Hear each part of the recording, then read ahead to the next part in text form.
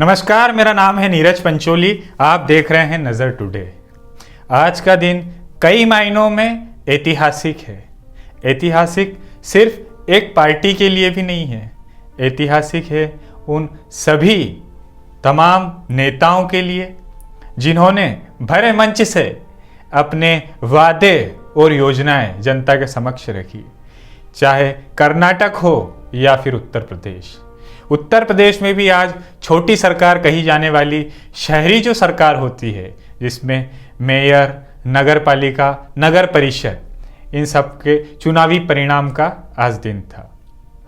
और साथ ही उत्तर प्रदेश से भारतीय जनता पार्टी के लिए अच्छी खबर आई है, परंतु कर्नाटक से जो खबर आई है वह भारतीय जनता पार्टी के पेशानी पर एक तरह से लकीर खींचती है। पहले चर्चा कर लेते हैं कर्नाटक चुनाव की, और कर्नाटक चुनाव में ऐसे क्या फैक्टर रहे जिनसे प्रधानमंत्री नरेंद्र मोदी भी एक तरह से उस नैरेटिव को काट नहीं पाए, और आखिर ऐसा कैसा मैनेजमेंट था कांग्रेस का जिसकी चर्चा आज दिन भर से हो रही है। तो शुरू करते हैं विस्तार से। सुबह 8 बजे से ही जिस समय रुझान आना शुरू हुए, जैसे ही 8 बजकर पहला रुझान आया वह सीधा कांग्रेस के खाते में गया।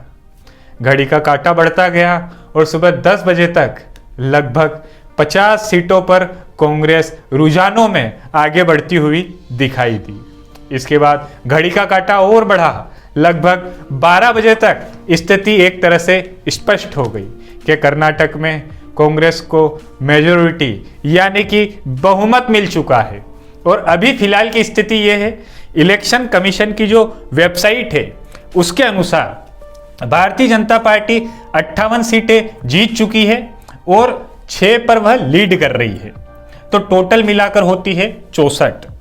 और इसके बाद जेडीएस जनता दल सेक्युलर जो 19 सीटें जीत चुकी है और 1 पर लीड कर रही है, टोटल ये होती है 20। इसके बाद आती है इंडियन नेशनल कांग्रेस, इसकी 125 प्रत्याशी 125 सीटें जो हैं वो जीत चुके हैं और फिलहाल 11 पर बढ़त बनाए हुए हैं। यह होती है टोटल, इसका स्कोर है वो होता है 136। इसके बाद कर्नाटक में क्षेत्रीय पार्टियां भी है, जिसमें एक का नाम है कल्याण राज्य प्रगति पक्ष, जिसके खाते में 1 सीट सीधी जाती दिख रही है। और इसके साथ एक और पार्टी है सर्वोदय कर्नाटक पक्ष, इसके खाते में भी 1 सीट सीधी जाती दिख रही है। और यहाँ निर्दलीय की, अगर इंडिपेंडेंट की अगर बात करें तो 2 सीटें निर्दलीयों के खाते में सीधी जाती दिख रही है। और इसके बाद बात कर लेते हैं कुछ वीआईपी सीटों की, जिन्हें कहा जाता है मुख्य सीटें। इसमें कनकपुरा, जहां से कांग्रेस के प्रदेश कांग्रेस कमेटी के मुखिया डीके शिव कुमार प्रत्याशी थे और बड़े मार्जिन से इन्होंने अपने प्रतिद्वंदी को हराया है।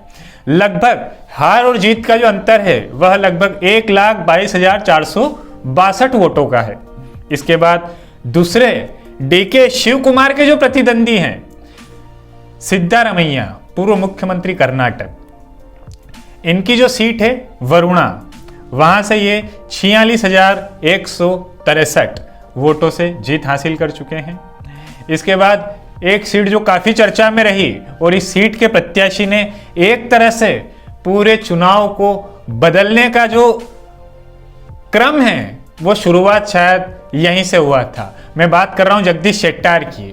उनकी सीट है हुबली धारवाड़, जिससे ये आपको जानकर आश्चर्य होगा कि हुबली धारवाड़ से जगदीश शेट्टार 34,289 वोट से पीछे चल रहे हैं। और अभी तक इलेक्शन कमीशन की माने तो जगदीश शेट्टार चुनाव हार चुके हैं। इसके बाद एक और सीट है शिकारीपुरा, जिसपे पूर्व मुख्यमंत्री बीएस येदियुरप्पा के ज्येष्ठ पुत्र बीवाई विजेंद्र प्रत्याशी थे और वह 11,008 वोटों से ये चुनाव जीत चुके हैं। और इस सीट पर एक इंटरेस्टिंग बात जो है वह यह है कि यहां पर ना ही तो जेडीएस और ना ही कांग्रेस के प्रत्याशी ने विजेंद्र को टक्कर दी। यहां टक्कर दी एक निर्दलीय ने। निर्दलीय का नाम है एसपी नागार्जुन। इनके खाते में कम से कम 70,000 से भी अधिक वोट गए हैं और BY विजेंद्र के खाते में जो वोट आए हैं वो कुछ 80,000 81,000 के आसपास हैं। आंकड़ा कुछ ऐसा ही है। अब बात कर लेते हैं जो ये पूरी कर्नाटक की राज्य की जो राजनीति है, यह कैसे आने वाले चुनाव जो उत्तर भारत के लगभग 3 सीधे से राज्य कहे अपन, मध्य प्रदेश, राजस्थान और छत्तीसगढ़, इसके साथ ही एक तमिलनाडु का चुनाव भी इसी राज्य में होना है। इसके साथ ही ये बात अगर हम कहें तो ये चुनाव परिणाम कितना इफेक्ट डालेंगे इन सभी पर, इसकी चर्चा भी विस्तार से कर लेते हैं। और साथ ही भारतीय जनता पार्टी का आखिर जो ये दावा करती थी कि कर्नाटक दक्षिण का दरवाजा है, इसी के माध्यम से हम दक्षिण फतेह करेंगे, तो उसके लिए कितना बड़ा झटका है, सिलसिलेवार तरीके से बिंदु समझ लेते हैं और इन पर विश्लेषण कर लेते हैं। जैसे ही ये बात क्लियर हुई कि कांग्रेस को बहुमत मिलना शुरू हो चुका है, साथ ही इस चुनाव में पहले इस चुनाव को सिलसिलेवार तरीके से समझ लेते हैं।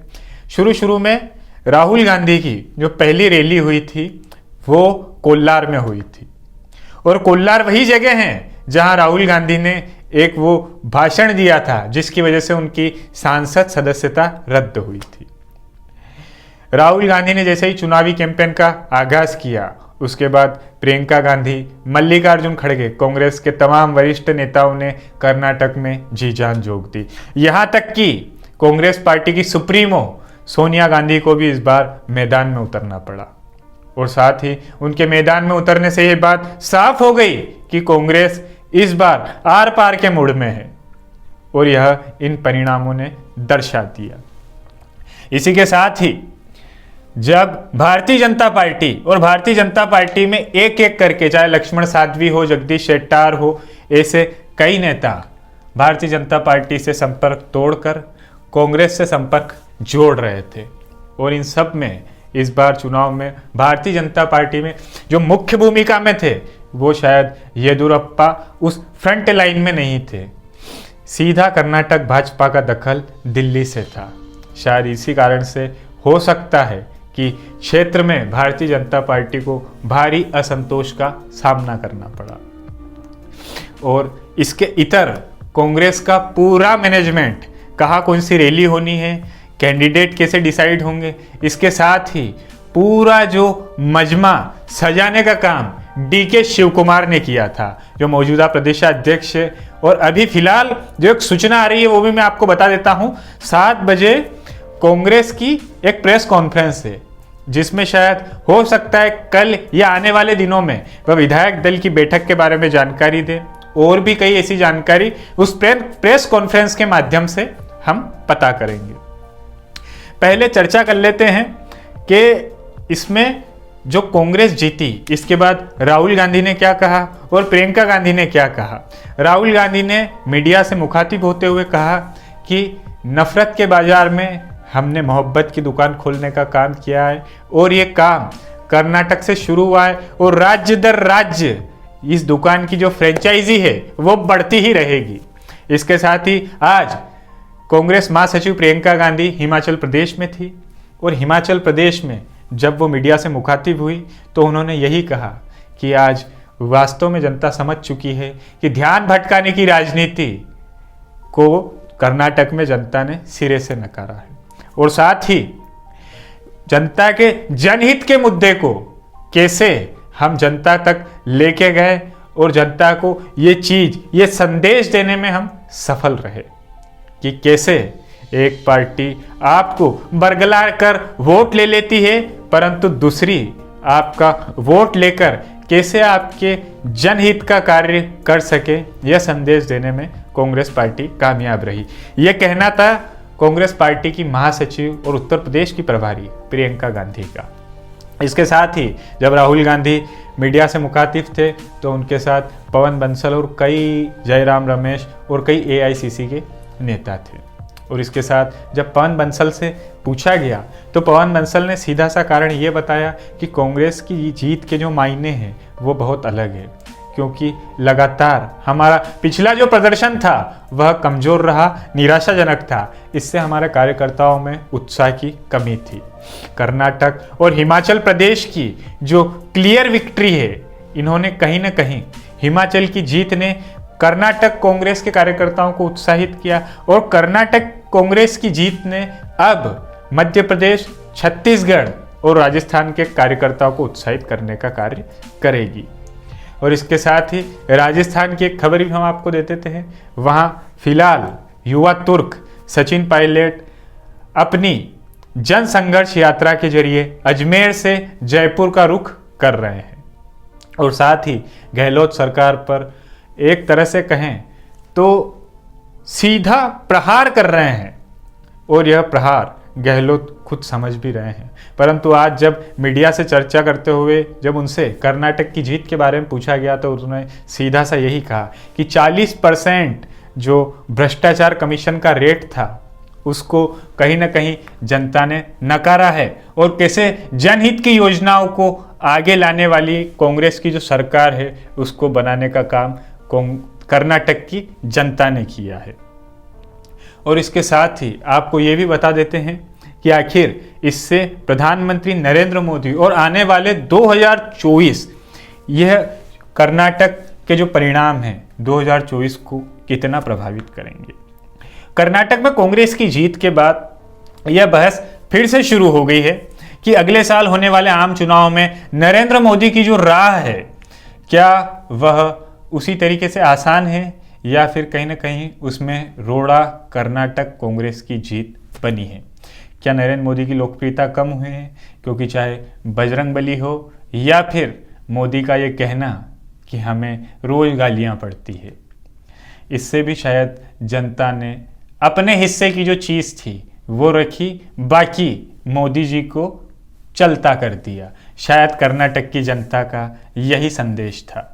इसके बाद कर्नाटक में कांग्रेस की जीत के साथ उसका दावा मजबूत हुआ है कि अगले साल 2024 में वह नरेंद्र मोदी को सीधी टक्कर दे सकते हैं। और इस विधानसभा का जो 2017 का जो परिणाम है एक बार वो भी मोटा मोटी समझ लेते हैं। माफ कीजिएगा 2017 नहीं, 2018 का जो पिछला परिणाम था वो भी समझ लेते हैं। 2018 में त्रिशंकु विधानसभा की स्थिति हुई थी। कांग्रेस, जेडीएस और भारतीय जनता पार्टी, इनमें से किसी भी दल को बहुमत नहीं मिला था, परंतु 104 सीटों के साथ भारतीय जनता पार्टी सबसे बड़ी पार्टी बनी थी। लेकिन बाद में कांग्रेस और जेडीएस का एक तरह से गठबंधन हो गया और कुमारस्वामी मुख्यमंत्री बने। लेकिन एक साल के भीतर ही वहां ऑपरेशन कमल चल गया और मौजूदा सरकार में मौजूदा विधायक, मंत्री इस्तीफा देकर भारतीय जनता पार्टी में शामिल हो गए। उपचुनाव हुए, भारतीय जनता पार्टी को बहुमत मिल गया, परंतु कर्नाटक की जनता को ये रास नहीं आया, इसलिए उन्होंने 5 साल का इंतजार करते हुए संदेश अपना इस चुनाव में दे दिया। अब इसमें सबसे बड़ा जो सवाल उठता है वो ये है कि आखिर मुख्यमंत्री की कुर्सी पर कौन बैठेगा। इसमें सबसे सशक्त दावेदार जो माने जा रहे हैं वह सिद्धारमैया और डीके शिव कुमार दोनों ही हैं।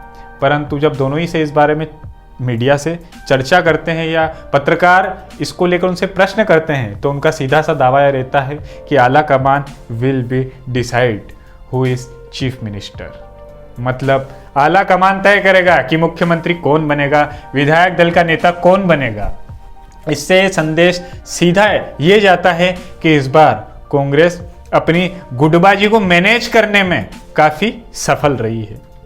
परंतु क्या सिर्फ एक राज्य और आने वाले जो विधानसभा चुनाव हैं 2023 के दिसंबर में मध्य प्रदेश, राजस्थान, छत्तीसगढ़, ये प्रमुख राज्य, मैं इन तीनों राज्यों का नाम बार बार इसलिए ले रहा हूँ क्योंकि 2018 में यही तीनों राज्य थे जिसमें क्लीन स्वीप मिली थी कांग्रेस को।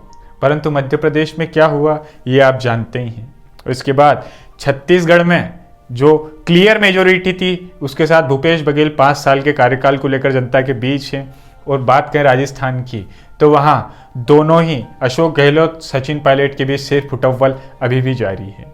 परंतु अब देखना ये होगा कि इसमें जो कांग्रेस है वो कैसे राजस्थान के क्राइसिस को मैनेज करके वहाँ के लोगों को संदेश दे पाती है, और साथ ही मध्य प्रदेश में कैसे कांग्रेस अपने आप को उस स्थिरता के साथ जनता के सामने ले जाएगी, क्योंकि वहाँ भी गुटबाजी की खबरें आम हैं। कमलनाथ, दिग्विजय सिंह, अरुण यादव और कई ऐसे प्रदेश स्तर के नेता हैं जो इस बात को मानते हैं कि अगर सभी एक साथ मिलकर अगर चुनाव लड़ें तो हम भारतीय जनता पार्टी को पटकनी दे सकते हैं। और इसके साथ ही आज सिर्फ बात इन तीनों राज्यों की नहीं होगी, बात 2024 की भी होगी, जिसमें बिहार के मौजूदा मुख्यमंत्री नीतीश कुमार लगातार हर प्रदेश के अलग अलग पार्टियों के नेताओं से मिल रहे हैं और एक तरह से 2024 में थर्ड फ्रंट की भूमिका की नींव रख रहे हैं। परंतु कर्नाटक का जो परिणाम है, क्या वो उस नींव को कमजोर करेगा या फिर राहुल गांधी को सर्वहारा नेता के रूप में सब स्वीकार करेंगे, यह दूर की कौड़ी है। परंतु फिर भी आज इस तरीके से जो परिणाम आए हैं वो अप्रत्याशित हैं, और साथ ही कांग्रेस के तमाम कार्यकर्ता इसको लेकर काफ़ी उत्साह हैं। और जब ये सब परिणाम और रुझान आ रहे थे तो उस वक्त मध्य प्रदेश कांग्रेस कमेटी के अध्यक्ष कमलनाथ का एक बयान उस समय चर्चा का विषय बन गया, जब उन्होंने कहा कि चाहे हम जीत जाएं परंतु भारतीय जनता पार्टी फिर खरीद फरोख्त करेगी। इसके साथ ही कर्नाटक प्रदेश कांग्रेस कमेटी के एक नेता हैं, इस पर उनका जवाब आया जब उनसे पूछा गया कि मध्य प्रदेश के पीसीसी चीफ का ये बयान है, तो उन्होंने कहा कि इसकी ज़रूरत नहीं पड़ेगी क्योंकि हम बहुमत से काफ़ी आगे जा रहे हैं। और इसी के साथ ही कर्नाटक में वापसी हुई कांग्रेस की, परंतु सिर्फ वापसी से ही चीज़ें खत्म नहीं होती। यहाँ से शुरू होता है एक अध्याय नए मुख्यमंत्री बनने का, अध्याय राज्य की जनता को जो वादे, जो योजनाएं, जो घोषणा पत्र में चीज़ें जनता के लिए लिखी गई है वो धरातल पे कितनी उतरती है, ये देखना काफ़ी दिलचस्प होगा। फिलहाल 7 बजे का समय था कर्नाटक प्रदेश कांग्रेस कमेटी के प्रेस कॉन्फ्रेंस का। कोशिश करते हैं कि शायद वो शुरू हो गई होगी अब, परंतु इससे जो भारतीय जनता पार्टी का कमल जो है वो मुरझाने लगा है। और ऐसा बहुत कम होता है कि जो सन्नाटा कांग्रेस कार्यालय में पसरता है वो आज भारतीय जनता पार्टी के कार्यालय में पसरा है। और कांग्रेस कार्यालय, कर्नाटक कांग्रेस कार्यालय की ये तस्वीरें अभी आप इस स्क्रीन पर देख सकते हैं। कार्यकर्ता कितने उत्साहित हैं और वहाँ के लोक नृत्य पर कैसे वहाँ के कार्यकर्ता, महिला कार्यकर्ता, पुरुष कार्यकर्ता सभी एक तरह से उत्साहित हैं और अपनी जीत का जश्न मना रहे हैं। इसी तरह की तमाम विश्लेषित खबरें लेकर आता रहूंगा मैं आपके बीच। देखते रहिए नज़र टुडे। इस हेतु आपका कोई सुझाव हो और आपको लगता है कि हमें इसमें और कुछ जोड़ना चाहिए तो आप सादर आमंत्रित हैं हमारे कमेंट बॉक्स में। वीडियो अच्छा लगे तो लाइक करें, शेयर करें, सब्सक्राइब करें हमारे चैनल को। देखते रहिए नज़र टुडे। शुक्रिया।